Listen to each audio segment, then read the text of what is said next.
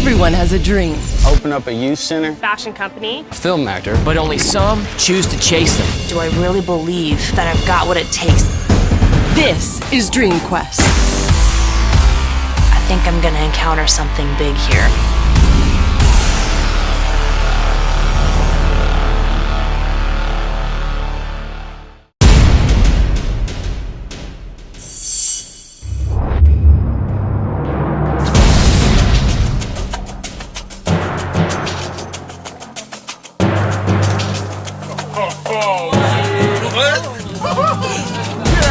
Right as we were walking up, I saw the guest house over to the right, and I was like, oh, so there's like a little cottage, and there's a little pool out front. And then as we kept walking, it was like the full-on, driveway with the semicircle and the huge house, and then a whole nother pool, and the jacuzzi, and 3 stories. That's my room. Well, we know that it is a very tough life, but someone has got to endure these living conditions. So welcome to your home for the rest of the time. So what do you think? You guys want to go in and just take a look around? Yeah. Yes. Okay, let's go.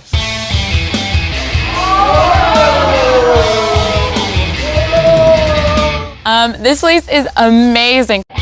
First of all, I love that it's yellow because we came up and this is a really happy house.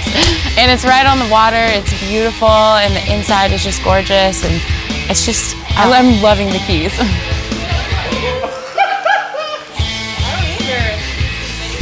I think we should jump off of that dock.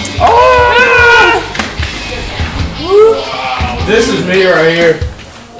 Is you? Oh, this is probably my room. Wow. Somebody was disappointed this morning, one of the cast, I forget who, that we were leaving our beautiful previous house, and somebody hinted that they wouldn't be too disappointed when we got to our new house, and I was like, yep, that's about accurate. It's a beautiful, beautiful place. You were right. I'm not sad. I forgot what the other house looks like. Absolutely beautiful. I wasn't sure we could beat the last place we were at, but as we were walking up, I was completely mesmerized. It's absolutely gorgeous. Is that it? Yeah. That our pool? Is that ours too? Actually, this is the girls' house. This is the girls' house. Yeah. So that is the boys' house. You guys want to walk over there?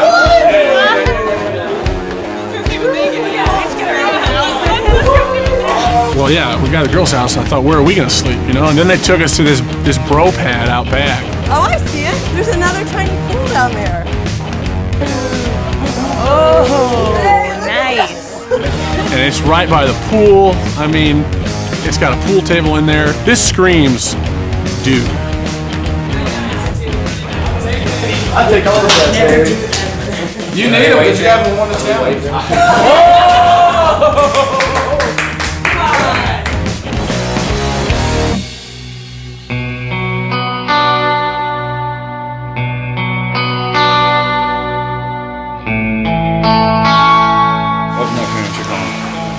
My mom was 41 and I think my dad was 36. How long ago did your mom pass away? When I was 15, my dad when I was 14. And all my grandparents. Yeah, all my grandparents when I was 15. Wow. What? And then I just started jumping houses. That's why everybody's so happy that I'm here. The hardest part of my life was from around 13 to 16. And that's when I lost my mom, my dad, my grandparents. And my family was my backbone, and after all my family passed, that's when I realized I either had to start selling drugs and be what people expected me to be and survive the hard way. And I know how to do that. I know how to sell drugs and all, and I've never done it. But I do know that I had to be different. Like people say, oh, you've been homeless, you've been starved, you've been this and that, but that's not the hardest part. The hardest part is not being able to talk to my mom when I'm at the bottom. That's why I feel like I can keep pushing, because everything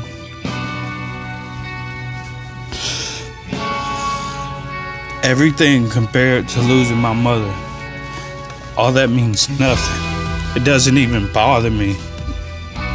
That's what I'm saying. If I had my mom this whole world would be a piece of cake. Because nobody understands what kind of woman she was.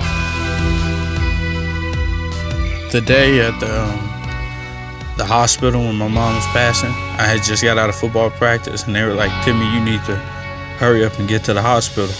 So I went to the hospital and my best friend Marcellus was with me, and I was like, man, if she leaves, I don't got nothing. And I was like, I'm just gonna give up. And before she passed away, she asked everybody to leave the room, and she asked for me, and she held my hand, and she squeezed my hand tight, and she was like, promise me you'll be different. And that's the only thing that really pushes me, is her holding my hand. And every time I feel like giving up, I get a video and she just tells me, promise me you'll be different. And I refuse to let her down.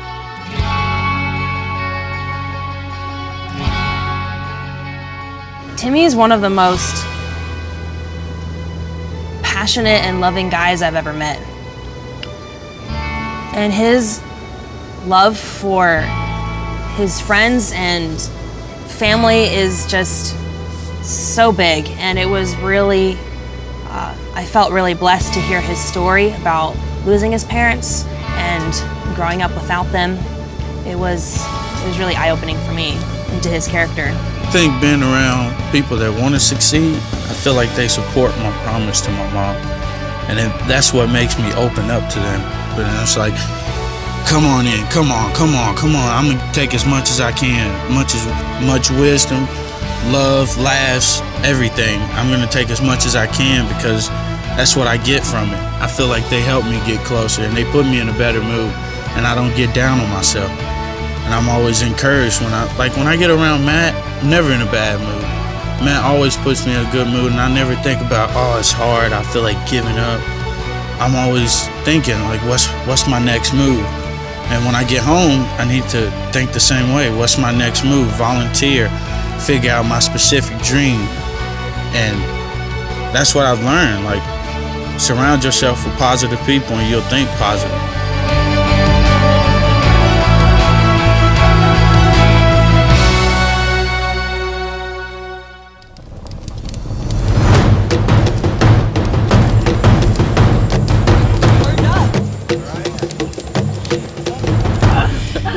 So congratulations on today. You guys did an amazing job. You had a huge problem set before you and you attacked it wonderfully.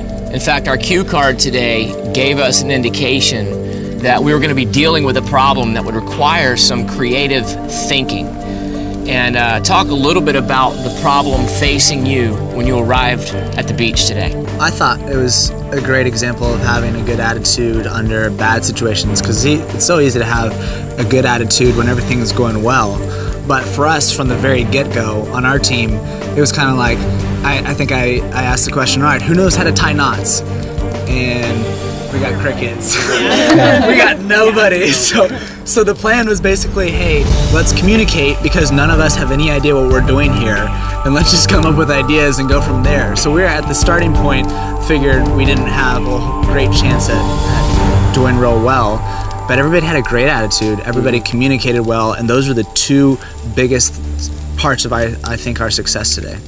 The added stress of literally having the water rising around you creates a tension that is hard to reproduce without something like that happening. When you just put you on the beach and give you a time, you don't feel it the same way as when you have this constant reminder that it's, the ground is disappearing right from under you. And a lot of times, you face situations that feel like that, and you think different in those moments. And what you talked about, Matthew, is that at first there was like panic because you felt that pressure, and then you guys found a pace. Taylor was actually talking to me earlier about that, and she's like, we just needed to take a step back. And my problem was I was trying to get it done as fast as possible, and I needed that person to say, stop, because sometimes I do want to take the lead, and I do want to not push people out of the way, but I do want to kind of like take that leadership role, because I have been accustomed with water and whatnot, and I did need to take that step back, and I let the team down today. From that event today, what did you learn about yourself, and how will that help you chase your dream? That I don't take help from others. Okay. I need to be more open to more help. I was kind of stressed out because Sydney and Matt are just, they're go-getters. That's how they function, but that's not the way I function. So I was stressed out because I was like, what am I gonna do? I have no idea what I'm doing out here. I've never tied a knot together. Like, I don't know what to do. So I'm like yelling like, okay guys, talk to me, tell me what you want to do. But it was like, maybe I wasn't being as vocal as I should have been because I wasn't getting any responses back. And I was talking to Timmy earlier, I felt like I was that barrel that wasn't being used. Like I was that barrel that was tossed to the side. I fight self-doubt all the time. And it's something that I've been battling for the past 10 years. And it's something that I know is gonna take a while for me. It's not gonna change overnight. It's something that I'm gonna keep having to fight through. And it's from everything I've been through and how I was treated. I think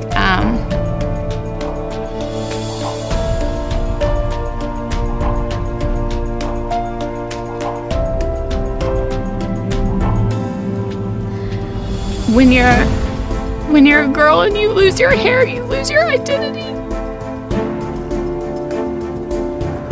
And you start to look at yourself as ugly. And it takes a lot.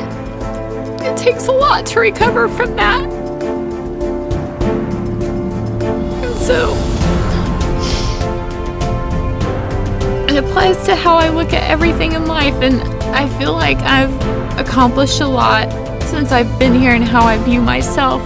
But there's things that I do that I still find doubt in. It just all goes back to that.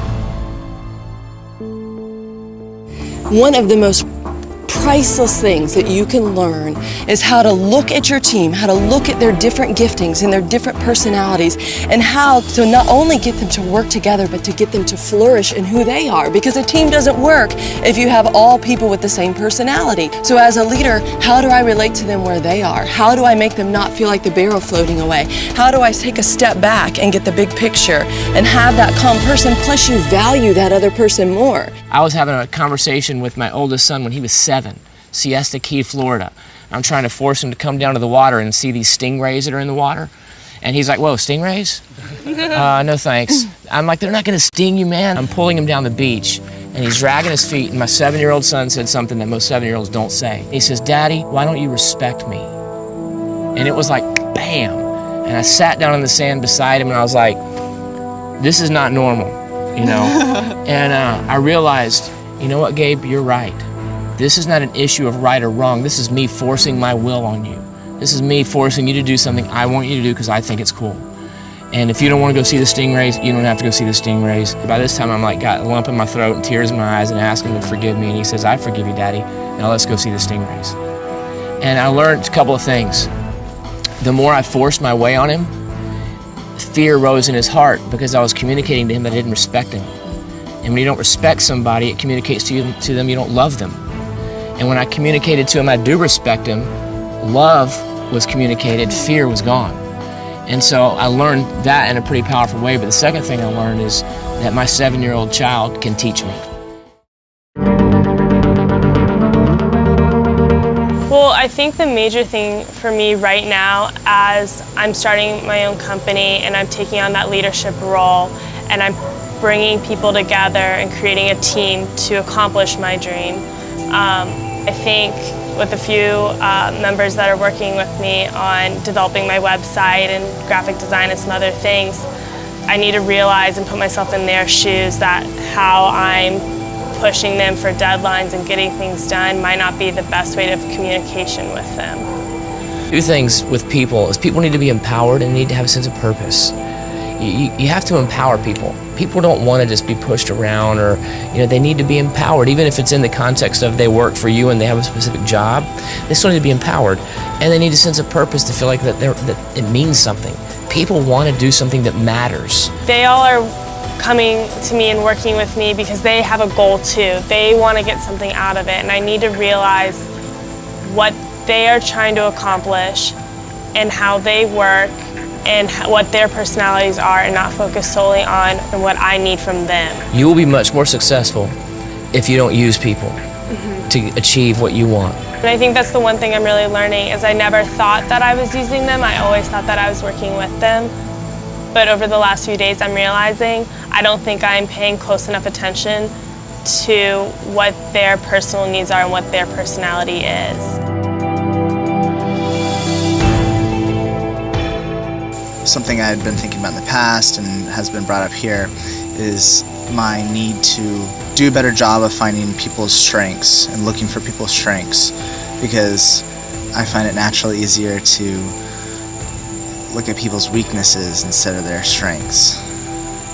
So I want to pledge to really try and look for people's strengths and how I can best facilitate those strengths. I want to be realistic, so I want to pledge to try to let go of losses. There are times when cameras are around and stuff is shooting and I don't feel like talking to anyone. We have to be real in front of these cameras. That's what people are watching this for, because they want something to relate to. You need to watch the next episode because things are getting real.